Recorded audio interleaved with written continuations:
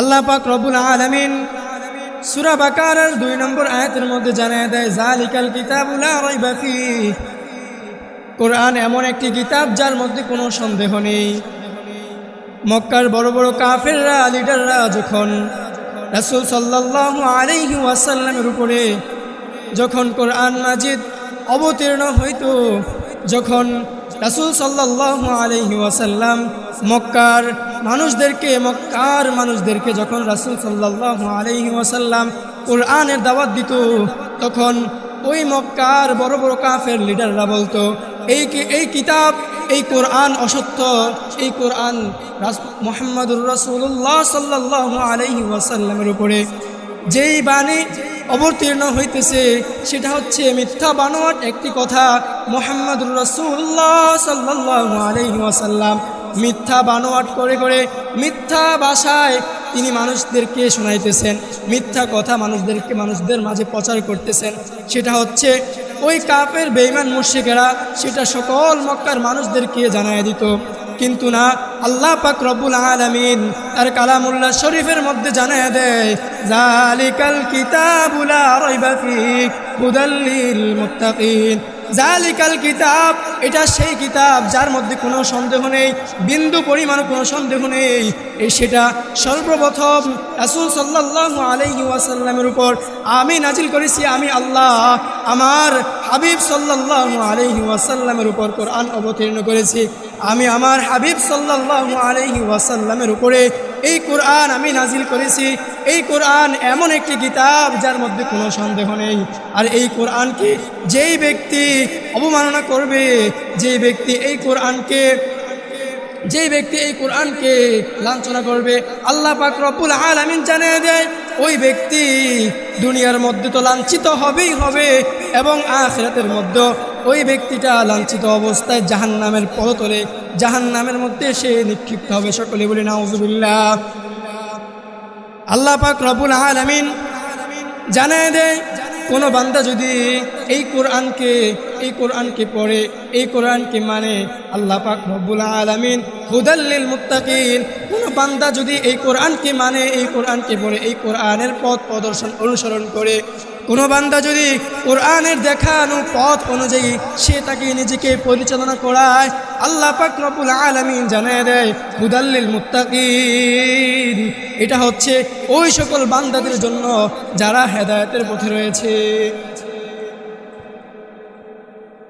আজকে আমরা আমাদের সমাজের মধ্যে দেখা যায় আমাদের সন্তানরা আজকে কোরআন তেলাওয়াত করতে পারে না। আমাদের সন্তানরা আজকে কোরআনের একটা সূরাও পর্যন্ত, একটা সূরা সহি শুদ্ধভাবে যে তেলাওয়াত করবে সেই জিনিসটাও তার মধ্যে হয় না। কিন্তু আল্লাহ পাক রব্বুল আলামিন এত সুন্দর করে আমাদের প্রিয় নবী হযরত মুহাম্মদুর রাসূলুল্লাহ সাল্লাল্লাহু আলাইহি ওয়াসাল্লামের উপর 30 পারা কোরআন অবতীর্ণ করলেন। তার মধ্য থেকে আমরা একটা সূরাও অনেকেই আমরা একটা সূরাও সহি শুদ্ধভাবে তেলাওয়াত করতে পারি না। আমরা কেমন হতভাগা মুসলমান, আমরা কেমন মুসলমান, আমরা কেমন মুসলমান, একটু চিন্তা করে ভাইবেন। যে হাবিব সাল্লাল্লাহু আলাইহি ওয়াসাল্লাম এত সুন্দর করে, এত মধুর সুরে আমাদেরকে রাসূল সাল্লাল্লাহু আলাইহি ওয়াসাল্লাম বলেছেন যে তোমরা কোরআন তেলাওয়াত করো। যখন রাসূল সাল্লাল্লাহু আলাইহি ওয়াসাল্লামের উপর কোরআন শরীফ অবতীর্ণ হইতেছে, যখন রাসূল সাল্লাল্লাহু আলাইহি ওয়াসাল্লাম কোরআন তেলাওয়াত শুরু করতেন, মক্কার বড় বড় কাফের লিডাররা সারাদিন রাসূল সাল্লাল্লাহু আলাইহি ওয়াসাল্লামের বিরুদ্ধে বলতো। যখন রাত্রিবেলা রাসূল সাল্লাল্লাহু আলাইহি ওয়াসাল্লাম গভীর রজনীতে যখন রাসূল সাল্লাল্লাহু আলাইহি ওয়াসাল্লাম নামাজের মধ্যে দাঁড়ায়া নামাজের মধ্যে কোরআন তেলাওয়াত শুরু করতেন, মক্কার বড় বড় কাফের লিডাররা বাড়িতে ঘুমাইতে না পেরে, বাড়িতে না থেকে তারা অস্থির হয়ে রাসূল সাল্লাল্লাহু আলাইহি ওয়াসাল্লামের কোরআন তেলাওয়াত শোনার জন্য রাসূল সাল্লাল্লাহু আলাইহি ওয়াসাল্লাম যে স্থানে নামাজরত অবস্থায় কোরআন তেলাওয়াত করত, ওই স্থানে বড় বড় মক্কার কাফের লিডাররা ওই স্থানে এসে জড়ো হয়ে যাইত। সকলে বলি সুবহানাল্লাহ। সারাদিন ওই কাফের মক্কার ওই কাফের আবু জাহেল, উতবা, সাইবা যে রাসূল সাল্লাল্লাহু আলাইহি ওয়াসাল্লাম থেকে মানুষদেরকে বিতাড়িত করে রাখতো এবং তারা বলতো যে মুহাম্মদ পাগল, মুহাম্মদের যেই কথাগুলো সে আমাদের মাঝে শোনায় সেই কথাগুলো সবগুলো বানোয়াট, সবগুলো মিথ্যা। তোমরা কেউ মুহাম্মদের এটাকে সাড়া দিও না, তোমরা কেউ মুহাম্মদের অনুসরণ করিও না, অনুকরণ করিও না। মক্কার বড় বড় কাফের লিডাররা সেটা তারা প্রচার করতে থাকতো। কিন্তু যখন রাত্র গভীর হয়ে যাইত, ওই মক্কার বড় বড় কাফের লিডাররাই রাসূল সাল্লাল্লাহু আলাইহি ওয়াসাল্লামের কোরআনের তেলাওয়াত শোনার জন্য তারাই ওই স্থানের মধ্যে একজোট হয়ে যাইত। একবার কয়েকজন কাফের, মক্কার বড় বড় কাফেররা, আবু জাহেল, উতবা, শাইবা, তারা একদিন রাসূল সাল্লাল্লাহু আলাইহি ওয়াসাল্লামের কোরআন তেলাওয়াত শুনতেছে। প্রতিমধ্যে উতবা, শাইবা তাদের সাথে দেখা। যখন উতবা, শাইবা বলতেছে, হে আবু জাহেল, তুমি না মক্কার বড় লিডার, তুমি না মুহাম্মদ থেকে মানুষদেরকে বিতাড়িত করো, মুহাম্মদুর রাসূলুল্লাহ সাল্লাল্লাহু আলাইহি ওয়াসাল্লামের কথা মানুষরা যেন না শোনে, সেই কথাটা তুমি মানুষদের কাছে প্রচার করো। আজকে তুমি কেন এই গভীর রজনীতে তুমি কেন মুহাম্মদুর রাসূলুল্লাহ সাল্লাল্লাহু আলাইহি ওয়াসাল্লামের কোরআন তেলাওয়াত শুনতে আসছো? তো আবু জাহেল বলতেছে, কি করব, সারাদিন তো মানুষদেরকে আমি মুহাম্মদুর রাসূলুল্লাহ সাল্লাল্লাহু আলাইহি ওয়াসাল্লাম থেকে মানুষদেরকে বিতাড়িত করি, মানুষদেরকে বাধা দেই, মুহাম্মদুর রাসূলুল্লাহ সাল্লাল্লাহু আলাইহি ওয়াসাল্লামের কথা যেন তারা না শোনে। কিন্তু রাত্র যখন গভীর হয়ে যায়, যখন আমি বালিশের সাথে মাথা লাগাই, তখন আমার তো ঘুম আসে না। কি করব, আমার ছটফট শুরু হয়ে যায়, আমার অন্তর আর মানে না। যার কারণে আমি এই গভীর রজনীতে কোনো মানুষদেরকে না দেখিয়ে আমি একা একা চুপি চুপি মুহাম্মদুর রাসূলুল্লাহ যেই স্থানে কোরআন তেলাওয়াত করতো নামাজ অবস্থায়, সেই স্থানে এসে আমি হাজির হইতাম। কারণ মুহাম্মদুর রাসূলুল্লাহ সাল্লাল্লাহু আলাইহি ওয়াসাল্লামের কোরআন তেলাওয়াত যদি আমি না শুনি, তাহলে আমার রাতের ঘুম হয় না।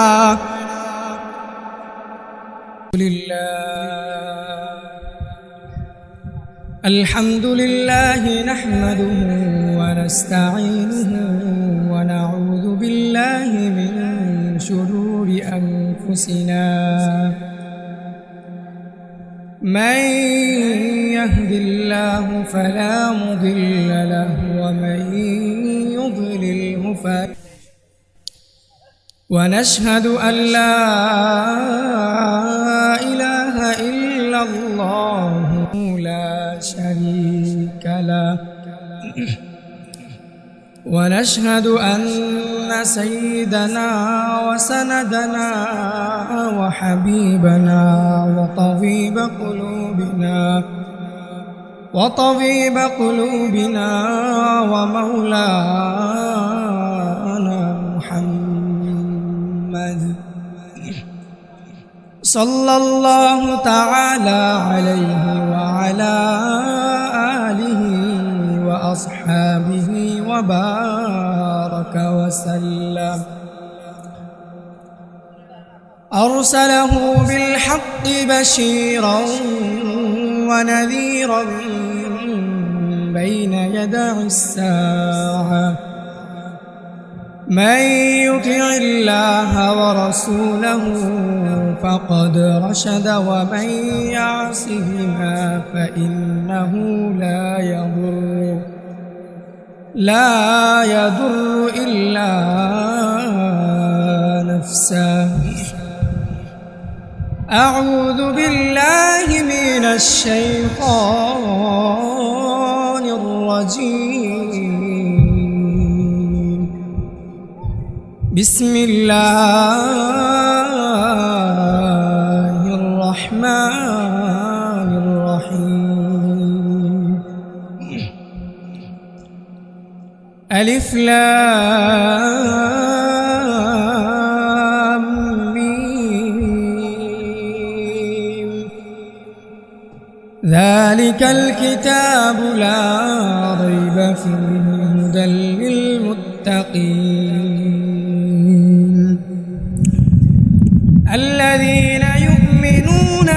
بالغيب ويقيمون الصلاة ومما رزقناهم ينفقون أو كما قال النبي عليه الصلاة والسلام طلب العلم فريضة على كل مسلم ومسلمات أو كما قال النبي عليه الصلاة والسلام خيركم من تعلم القرآن وعلمه أو كما قال النبي عليه الصلاة والسلام اللهم صل على محمد وعلى آل محمد كما صليت على إبراهيم وعلى آل إبراهيم إنك حميد مجيد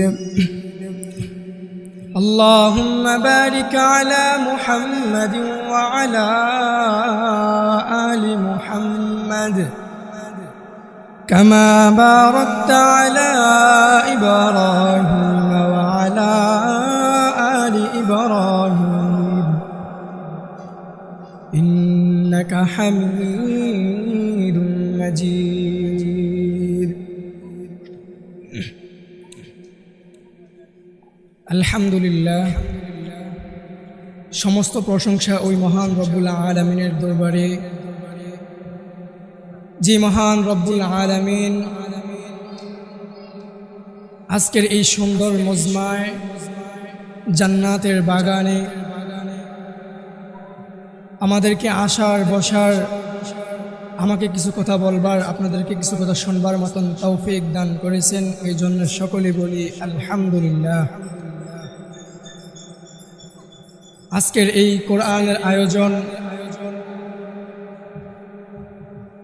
আমাদের এলাকার আমার সর্বপ্রথম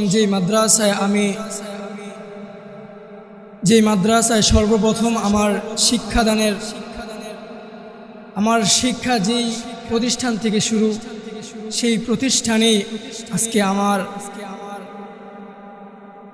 এত সুন্দর করে একটা মজমা এত সুন্দর করে একটা মাহফিল কোরআনের আয়োজন করেছেন ইন্তেজামিয়া কমিটির তাদেরকে অনেক অসংখ্য মোবারকবাদ হোসেনপুর বেগম জাহেদা লতিফ নুরানিয়া হাফিজিয়া মাদ্রাসাকে যেই মাদ্রাসা আমার জীবনের প্রথম মাদ্রাসা যেই মাদ্রাসায় আমি আমার নুরানি থেকে যে মাদ্রাসায় আমি বড় হয়েছি তো যাই হোক আমি আপনাদের সম্মুখে সূরা বাকারার কয়েকটা আয়াত তেলাওয়াত করেছি যদি আল্লাহ পাক রব্বুল আলামিন আমাকে তৌফিক দান করেন তাহলে ইনশাআল্লাহ আপনাদের মাঝে কিছু কথা বলার চেষ্টা করব সকলে আমার জন্য দোয়া করবেন কথা না বাড়িয়ে আমি আমার মূল আলোচনায় চলে যাই আল্লাহ পাক রব্বুল আলামিন সূরা বাকারার 1-2-3 নম্বর আয়াতে বলেন বিসমিল্লাহির রহমানির রহিম আলিফ লাম মিম যালিকাল কিতাবু লা রাইবা ফীহ আল্লাহ পাক রব্বুল আলামিন তার কালামুল্লাহ শরীফের মধ্যে জানায়া দেয় আলিফ লাম মিম যালিকাল কিতাবু লা রাইবা ফীহ আল্লাহ পাক রব্বুল আলামিন সূরা বাকারার 2 নম্বর আয়াতের মধ্যে জানায় দেয় যালিকাল কিতাবু লা রাইবা ফীহ। কোরআন এমন একটি কিতাব যার মধ্যে কোনো সন্দেহ নেই। মক্কার বড় বড় কাফেররা, লিডাররা যখন রাসূল সাল্লাল্লাহু আলাইহি ওয়াসাল্লামের উপরে যখন কোরআন মাজিদ অবতীর্ণ হইত, যখন রাসূল সাল্লাল্লাহু আলাইহি ওয়াসাল্লাম মক্কার মানুষদেরকে যখন রাসূল সাল্লাল্লাহু আলাইহি ওয়াসাল্লাম কোরআনের দাওয়াত দিত, তখন ওই মক্কার বড় বড় কাফের লিডাররা বলতো এই কিতাব, এই কোরআন অসত্য, এই কোরআন মুহাম্মাদুর রাসূলুল্লাহ সাল্লাল্লাহু আলাইহি ওয়াসাল্লামের উপরে যেই বাণী অবতীর্ণ হইতেছে সেটা হচ্ছে মিথ্যা বানোয়াট একটি কথা। মুহাম্মাদুর রাসূলুল্লাহ সাল্লাল্লাহু আলাইহি ওয়াসাল্লাম মিথ্যা বানোয়াট করে করে মিথ্যা ভাষায় তিনি মানুষদেরকে শোনাইতেছেন, মিথ্যা কথা মানুষদের মাঝে প্রচার করতেছেন। সেটা হচ্ছে ওই কাফের বেঈমান মুশরিকেরা সেটা সকল মক্কার মানুষদেরকে জানায় দিত। কিন্তু না, আল্লাহ পাক রব্বুল আলামিন তার কালামুল্লাহ শরীফের মধ্যে জানায় দেয় যালিকাল কিতাবু লা রাইবা ফীহি হুদাল লিল মুত্তাকিন। জালিকাল কিতাব, এটা সেই কিতাব যার মধ্যে কোনো সন্দেহ নেই, বিন্দু পরিমাণ কোনো সন্দেহ নেই। সেটা সর্বপ্রথম রাসূল সাল্লাল্লাহু আলাইহি ওয়াসাল্লামের উপর আমি নাজিল করেছি, আমি আল্লাহ আমার হাবিব সাল্লাল্লাহু আলাইহি ওয়াসাল্লামের উপর কোরআন অবতীর্ণ করেছি। আমি আমার হাবিব সাল্লাল্লাহু আলাইহি ওয়াসাল্লামের উপরে এই কোরআন আমি নাজিল করেছি। এই কোরআন এমন একটি কিতাব যার মধ্যে কোনো সন্দেহ নেই। আর এই কোরআনকে যেই ব্যক্তি অবমাননা করবে, যেই ব্যক্তি এই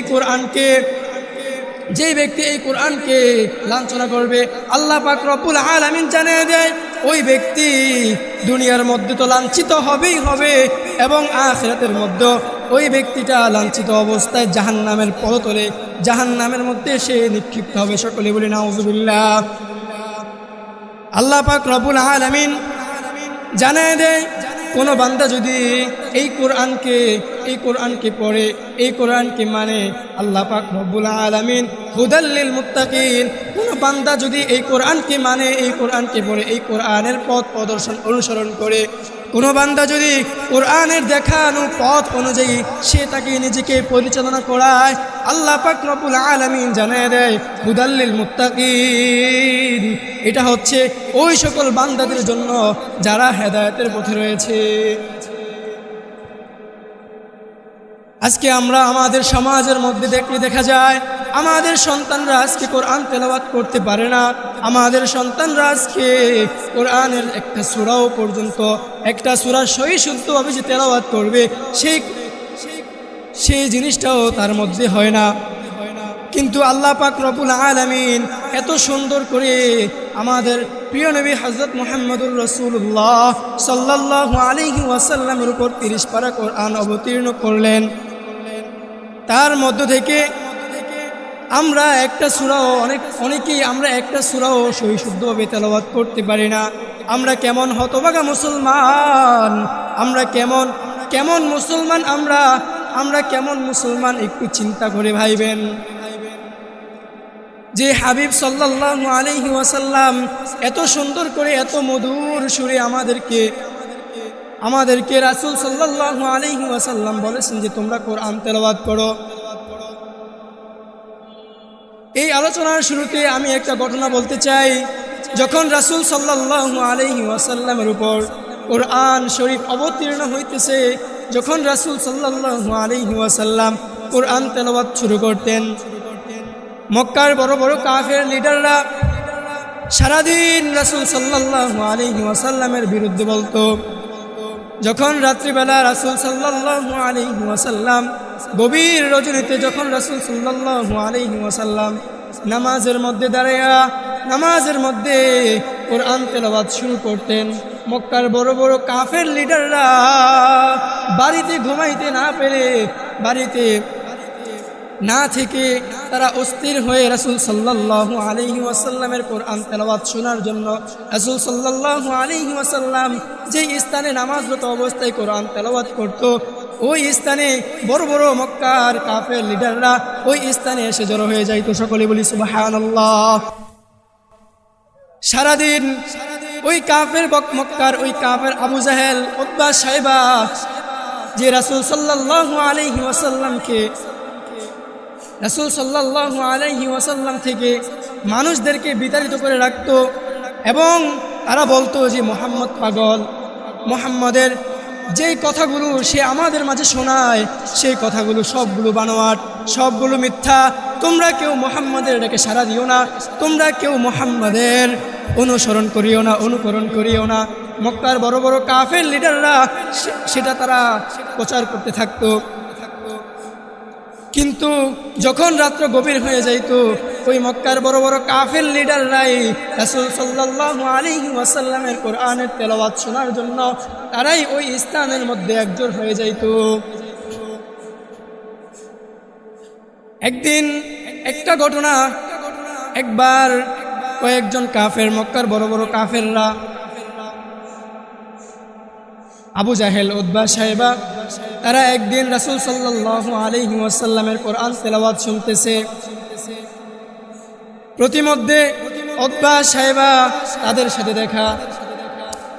যখন উতবা সাইবা বলতেছে, হে আবু জাহেল, তুমি না মক্কার বড় লিডার, তুমি না মুহাম্মদ থেকে মানুষদেরকে বিতাড়িত করো, মুহাম্মদুর রাসূলুল্লাহ সাল্লাল্লাহু আলাইহি ওয়াসাল্লামের কথা মানুষরা যেন না শোনে সেই কথাটা তুমি মানুষদের কাছে প্রচার করো। আজকে তুমি কেন এই গভীর রজনীতে তুমি কেন মুহাম্মদুর রাসূলুল্লাহ সাল্লাল্লাহু আলাইহি ওয়াসাল্লামের কোরআন তেলাওয়াত শুনতে আসছো? তো আবু জাহেল বলতেছে, কি করব, সারাদিন তো মানুষদেরকে আমি মুহাম্মদুর রাসূলুল্লাহ সাল্লাল্লাহু আলাইহি ওয়াসাল্লাম থেকে মানুষদেরকে বিতাড়িত করি, মানুষদেরকে বাধা দেই, মুহাম্মদুর রাসূলুল্লাহ সাল্লাল্লাহু আলাইহি ওয়াসাল্লামের কথা যেন তারা না শোনে। কিন্তু রাত্র যখন গভীর হয়ে যায়, যখন আমি বালিশের সাথে মাথা লাগাই, তখন আমার তো ঘুম আসে না। কি করব, আমার ছটফট শুরু হয়ে যায়, আমার অন্তর আর মানে না।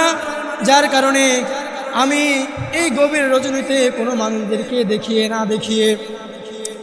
মানুষদেরকে না দেখিয়ে আমি একা একা চুপি চুপি মুহাম্মদুর রাসূলুল্লাহ যেই স্থানে কোরআন তেলাওয়াত করতো নামাজ অবস্থায়, সেই স্থানে এসে আমি হাজির হইতাম। কারণ মুহাম্মদুর রাসূলুল্লাহ সাল্লাল্লাহু আলাইহি ওয়াসাল্লামের কোরআন তেলাওয়াত যদি আমি না শুনি তাহলে আমার রাতের ঘুম হয় না। কিন্তু আমরা যেই নবীর উম্মত হিসেবে আমাদেরকে আল্লাহ পাক রব্বুল আলামিন দুনিয়ার মধ্যে প্রেরণ করলেন, আজকে যেই নবীর উপরে 30 পারা কোরআন অবতীর্ণ হয়েছে, সেই নবীর কোরআনকে আমরা পড়তে পারি না, সেই নবীর সুন্নতের পথে আমরা চলতে পারি না। কত বড় আমরা লাঞ্ছিত অবস্থায় আছি, কত বড় হতভাগা আমরা। যেই রাসূল সাল্লাল্লাহু আলাইহি ওয়াসাল্লাম কাল কিয়ামত হাসরের ময়দানে রাসূল সাল্লাল্লাহু আলাইহি ওয়াসাল্লাম আমাদের জন্য সুপারিশ করবে, সেই রাসূল সাল্লাল্লাহু আলাইহি ওয়াসাল্লামের উপর অবতীর্ণ হওয়া কোরআন, সেটাই আমরা আজকে পড়তে পারি না। কত বড় হতভাগা মুসলমান আমরা। আমাদেরকে একটু নিজের বিবেককে একটু প্রশ্ন করা দরকার। এত বছর 60 বছর আমরা যদি জীবিত থাকি, এই 60 বছর অবস্থায় আমরা কি কোরআন খুলেও পড়তে পারলাম না? কোরআনের একটা সূরাও কি আমরা সহি শুদ্ধভাবে তেলাওয়াত করতে পারলাম না? কোরআনের সহি শুদ্ধভাবে সূরা ফাতিহা, সূরা ইখলাস, সূরা নাস, এমনকি শুধুমাত্র 4টা সূরাও কি আমরা যে 4টা সূরা আমরা নামাজের মধ্যে পড়ব, এই 4টা সূরাও কি আমরা সহি শুদ্ধভাবে মুখস্থ করতে পারলাম না? কত বড় হতভাগা মুসলমান আমরা। আজকে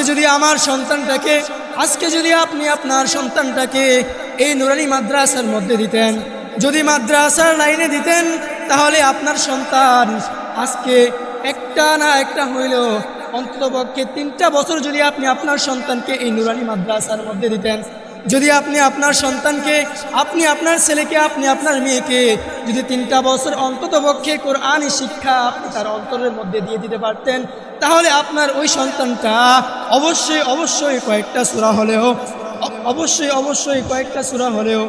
কয়েকটা সূরার আয়াত তো তার কলবের মধ্যে থাকতো। কিন্তু আপনি আপনার সন্তানকে ইংলিশ মিডিয়ামের মধ্যে পড়াচ্ছেন। আপনার সন্তান এই পর্যন্ত, আজকে আপনার সন্তান 20 বছর, 21 বছর, 25 বছর হয়ে গেছে, আপনার সন্তান একটা সূরাও সহিষ্ণুভাবে তেলাওয়াত করতে পারলো না, কিন্তু আপনি মুসলমান দাবি করেন। আপনি আবার রাসূল সাল্লাল্লাহু আলাইহি ওয়াসাল্লামের কিয়ামতের দিন সুপারিশ পাওয়ার জন্য আপনি আপনার অন্তরের মধ্যে আশা রাখেন। কেমনভাবে আপনি আশা রাখেন? রাসূল সাল্লাল্লাহু আলাইহি ওয়াসাল্লাম তার হাদিসের মধ্যে জানায়া দেয়, রাসূল সাল্লাল্লাহু আলাইহি ওয়াসাল্লাম বলেন যে কোনো বান্দা যদি দুনিয়ার মধ্যে কোরআন তেলাওয়াত করলো না, কোরআনের সাথে তার দিলটাকে, তার অন্তরটাকে লাগাইলো না, রাসূল সাল্লাল্লাহু আলাইহি ওয়াসাল্লাম কাল কিয়ামতের দিন ওই বান্দার বিরুদ্ধে আল্লাহ পাক রব্বুল আলামিনের কাছে সাক্ষী দিবেন এবং বলবেন, ইয়া রব্বুল আলামিন, আমার অমুক বান্দা, তোমার অমুক বান্দা, আমার অমুক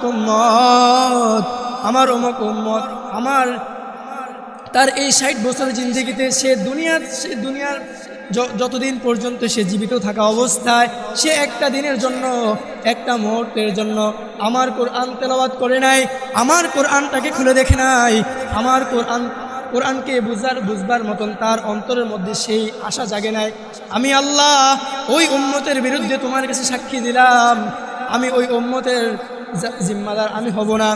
যখন এই কথা আল্লাহ পাক রব্বুল আলামিনের দরবারে হাবিব সাল্লাল্লাহু আলাইহি ওয়াসাল্লাম জানাবে, আল্লাহ পাক রব্বুল আলামিন হাবিব সাল্লাল্লাহু আলাইহি ওয়াসাল্লামের সুপারিশ গ্রহণ করে নেবে। যখন আমরা কাল কিয়ামতের দিন হাসরের ময়দানে যখন ইয়া নাফসি পড়ব, তখন আমরা রাসূল সাল্লাল্লাহু আলাইহি ওয়াসাল্লামের কাছে যখন যাব, যখন আমরা রাসূল সাল্লাল্লাহু আলাইহি ওয়াসাল্লামের কাছে সুপারিশের জন্য যাব, রাসূল সাল্লাল্লাহু আলাইহি ওয়াসাল্লাম তো বলবে, হে আমার উম্মত, আমি তো তোমার বিরুদ্ধে আল্লাহ পাক রব্বুল আলামিনের কাছে নালিশ, অটোমেটিক আমি আল্লাহ পাক রব্বুল আলামিনের কাছে নালিশ দিয়ে দিয়েছি। তুমি দুনিয়াতে থাকা অবস্থায় একটা দিন আমার কোরআন তেলাওয়াত করো নাই, আমার কোরআনের একটা সূরাও তুমি তেলাওয়াত করো নাই, অথচ আমি আল্লাহ পাক রব্বুল আলামিনের দরবারে আগেই তোমার বিরুদ্ধে আল্লাহ পাক রব্বুল আলামিনের কাছে নালিশ দিয়েছি। এখন আমি তোমাকে আমি কিভাবে আবার সুপারিশ করব? একটু চিন্তা করেন, যদি আপনার বিরুদ্ধে একজন সাক্ষী দিয়েছে, আপনি যদি তার কাছে আইসা আবার বলেন যে ভাই আমার এমন একটা ভুল হয়ে গেছে, আমার পক্ষে আপনি একটু সুপারিশ করেন। যদি আপনার ভুলটা ওই ব্যক্তির সাথে হয়ে থাকে, তাহলে সেই ব্যক্তি আপনার পক্ষে কিভাবে সুপারিশ করবে? এই জন্য ভাই ও দোস্ত বুজুর্গ, ও আমার প্রিয় মা বোনেরা, ও আমার বাবারা, একটু ভালো করে বুঝেন, আপনার 60 বছর জিন্দেগিতে আপনি কি একটা সূরাও স্পষ্টভাবে সহিশুদ্ধভাবে তেলাওয়াত করতে পারেন না? কত বড় দুর্ভাগা মুসলমান আপনি, একটু নিজেকে চিন্তা করিয়েন। ছোট্ট বাচ্চা, মাত্র 4 বছর 5 বছর বয়স, তাকে আপনি কিন্ডারগার্টেন নামে ওই স্কুলের মধ্যে আপনি পড়াচ্ছেন, কিন্তু মক্তব নামে আপনি আপনার সন্তানকে ওই মক্তবের মধ্যে পড়াচ্ছেন না, যার কারণে আপনার সন্তানটা ধীরে ধীরে বড় হয় নাস্তিক্যবাদের উপরে, ধীরে ধীরে বড় হয় ওই নাস্তিকদের দেখানো পথে, তারা ধীরে ধীরে বড় হয়।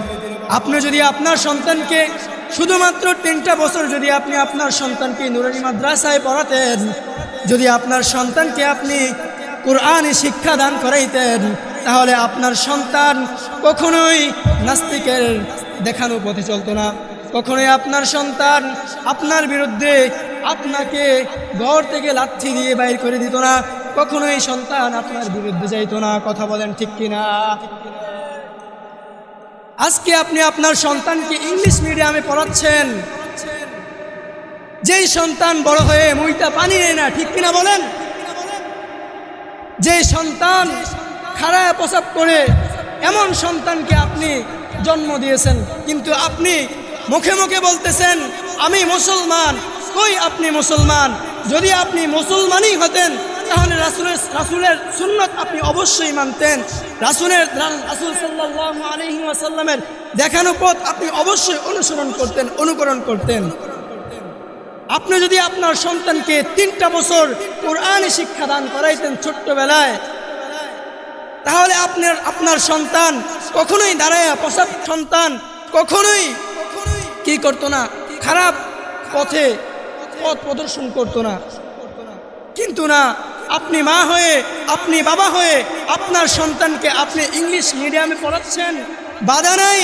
আপনার সন্তানকে আপনি ইঞ্জিনিয়ার বানান, আপনার সন্তানকে আপনি ব্যারিস্টার বানান, আপনার সন্তানকে আপনি ডাক্তার বানান, কোনো সমস্যা নাই। কিন্তু সমস্যা হচ্ছে আপনার সন্তান যদি কোরআনী শিক্ষা না পায়, আপনার সন্তান যদি কোরআনী মজমা না পায়, আপনার সন্তানের অন্তরে যদি কোরআনী শিক্ষা না থাকে, আপনার সন্তান যদি ইঞ্জিনিয়ার হয়, তাহলে আপনার সন্তান রাস্তাঘাটে রড দেওয়ার পরিবর্তে আপনার সন্তান বাস দিয়ে রাস্তা করবে। কথা বলেন ঠিক কিনা? আপনার সন্তান যদি ডাক্তার হয়, যদি তার অন্তরের মধ্যে কোরআনী শিক্ষা না থাকে, তাহলে ওই ডাক্তার কসাই হয়ে যাবে। ওই ডাক্তারের অন্তরে যদি কোরআনী শিক্ষা থাকতো, তাহলে ওই ডাক্তার কখনোই মানুষদেরকে, গরিব মানুষদেরকে কখনোই তারা পথে বসাইতো না। আজকে একটু ডাক্তারদের দিকে তাকান, হাজার হাজার ভিজিট নিচ্ছে। কেন নিচ্ছে? কারণ তার অন্তরের মধ্যে কোরআনী শিক্ষা নাই। যদি অন্তরের মধ্যে কোরআনের ভয় থাকতো, যদি অন্তরের মধ্যে কোরআনী শিক্ষা থাকতো, তাহলে ওই ডাক্তার কখনোই এত বেশি গরিবদের থেকে এত বেশি ভিজিট নিত না। কথা বলেন ঠিক কিনা? এই জন্য ভাই অদস্ত বুজুর্গ, আমি আমার মাদেরকে, আমি আমার বাবাদেরকে বলবো, আপনার সন্তানকে অন্তত পক্ষে 3টা বছর পারেন, 5টা বছর পারেন, আপনার সন্তানকে কোরআনী শিক্ষা দেন। যদি আপনার সন্তান কোরআনী শিক্ষা পায়, তাহলে কখনোই আপনার সন্তান রডের পরিবর্তে বাস দিবে না। কখনোই আপনার সন্তান কিছু টাকার জন্য একটা মাকে, যখন একটা মা সিজার অবস্থায় থাকে, যখন একটা মা সন্তান গর্ভ ধরে যখন মুমূর্ষ অবস্থায় থাকে, ওই সিজারের নামে কিছু টাকা পাওয়ার জন্য আপনার সন্তান ওই মাদের জীবনটা নষ্ট করে দিত না। শুধুমাত্র কিছু টাকার কারণে। যদি আপনার অনেক সময় এরকম হয় যে নর্মালে ডেলিভারি হবে, আপনি হসপিটালে নিয়ে গিয়েছেন, কিন্তু ডাক্তার ভাবলো যে যদি নর্মালে হয় তাহলে মাত্র আসবে 1500-2000 টাকা হসপিটাল ভাড়া। যদি আমি সিজার করি, তাহলে হাসপাতালের ভেট বেড়ে যাবে 30,000 টাকা, 40,000 টাকা। শুধুমাত্র 20,000, 30,000, 40,000 টাকার কারণে আমার অমুক মাকে, আমার অমুক বোনকে আজকে তারা হত্যা করে ফেলতেছে। ওই মায়ের জীবনটাকে নষ্ট করে ফেলছে। কেন? শুধুমাত্র কোরআনী শিক্ষা না থাকার কারণে। শুধুমাত্র এই কারণেই ওই ডাক্তার নামের ওই কসাই কি করতেছে? মাদের জীবনটাকে নষ্ট করে ফেলছে। একজন মা যদি সিজার হয়, একজন বোনের যদি সিজার হয়, অন্তত পক্ষে 2টা থেকে 3টা, 3টার পরে আর সিজার হয় না। কেন হয় না? কারণ ওই মায়ের জীবনটাকে নষ্ট করে ফেলছে। কেন নষ্ট করছে? কারণ তার ভিতরে কোরআনী শিক্ষা নাই। কোরআনী শিক্ষা থাকলে তাহলে সে জানতো, সে বুঝতো, তার অন্তরের মধ্যে ভয় থাকতো, হায় হায় যদি আমার আল্লাহ পাক আমাকে কাল কিয়ামতের দিন ধরবে, কেন আমি আমার ওই অমুক মাকে, কেন আমি আমার অমুক বোনকে তার জীবনটাকে নষ্ট করে ফেলবে? তার যতই কষ্ট হোক সে নরমালি ডেলিভারি করাইতে চাইতে। আর যদি ইঞ্জিনিয়ারিং কথা বলতেছি, এই যে রাস্তাঘাট তো করে মাশাআল্লাহ, এমন রাস্তাঘাট করে আজকে করে যায়, আজকে বিকালেই রাস্তার ঢালাই উঠে যায়, এমন রাস্তা করে। এই জন্য ভাই ও দোস্ত বুজুর্গ বলতেছিলাম যে আপনি আপনার সন্তানকে অন্ততপক্ষে 3টা বছর হলেও এই নুরানি মাদ্রাসায় দিবেন। কোরআনী শিক্ষা তার অন্তরের মধ্যে যদি আপনি ঢুকাই দিতে পারেন, তাহলে আপনার সন্তান কখনোই পথভ্রষ্ট হবে না। কখনোই বি পথে চলবে না। সবাই পারবেন তো ইনশাল্লাহ? এই জন্য সকলের প্রতি আমার উদারত আহ্বান, রাসূল সাল্লাল্লাহু আলাইহি ওয়াসাল্লাম যে আমাদেরকে কোরআন, রাসূল সাল্লাল্লাহু আলাইহি ওয়াসাল্লামের উপর যে কোরআন অবতীর্ণ হয়েছে 30 পারা কোরআন, বছরে অন্ততপক্ষে হলেও 2টা খতম আমাদের জন্য দেওয়া দায়িত্ব, এটা হচ্ছে আমাদের উপরে কর্তব্য। কিন্তু আমরা বছর কি বছর চলে যায়, মাস কি মাস চলে যায়, আমাদের কোরআনটা ওই যে আলমারির উপরে রাখছি সেটা আলমারির উপরেই থেকে যায়, শোকেসের উপরে থেকে যায়, কিন্তু আমরা কোরআন তেলাওয়াত করি না। কিন্তু আমরা ওই কোরআনের দিকে তাকাইলে দেখবেন উপরে ময়লার ভাঁজ পড়ে গেছে, কিন্তু এই হাতে থাকা যে মোবাইল ফোনটা আছে, ঘরের মধ্যে যে টিভি সিনেমার যে একটা নর্তকীদের একটা সিডি আছে, টিভি আছে, রঙিন টেলিভিশন আছে, ওইটাকে আমরা প্রত্যেক দিন এভাবে মুছে রাখি। কেন? যেন ওই মোবাইলটার মধ্যে, ওই টিভিটার মধ্যে যেন ধুলাবালি না পড়ে। কিন্তু উচিত ছিল আমাদেরকে কোরআনটাকে প্রত্যেক দিন পড়া, কোরআনের হক আদায় করা, কোরআনের দেখানো পথে আমাদেরকে চলা, কোরআনকে 5 ওয়াক্ত নামাজের পরে অন্তত পক্ষে হলেও একটা সূরা পারি, ছোট ছোট একটা সূরাও হলেও আমাদেরকে তেলাওয়াত করার দরকার ছিল, কিন্তু আমরা সেটা করতে পারি না। এই জন্য ভাই ও দোস্ত বুজুর্গ, আপনি আপনার সন্তানকে, আপনি আপনার ছেলেকে, আপনি আপনার মেয়েকে অবশ্যই কোরআনি শিক্ষা দিবেন। অন্তত পক্ষে ছোটোবেলা হলেও আপনি 3 বছর হলেও আপনি আপনার সন্তানটাকে নুরানি মাদ্রাসায় দিবেন। পারবেন তো ইনশাল্লাহ? সকলে নিয়ত করেন ইনশাল্লাহ। এই বলে আমি আমার বক্তব্য শেষ করছি। সকলে আমার জন্য দোয়া করবেন। ওয়া আখির দাওয়ানা আলহামদুলিল্লাহি রাব্বিল আলামিন। আসসালামু আলাইকুম ওয়া রাহমাতুল্লাহি ওয়া বারাকাতুহু।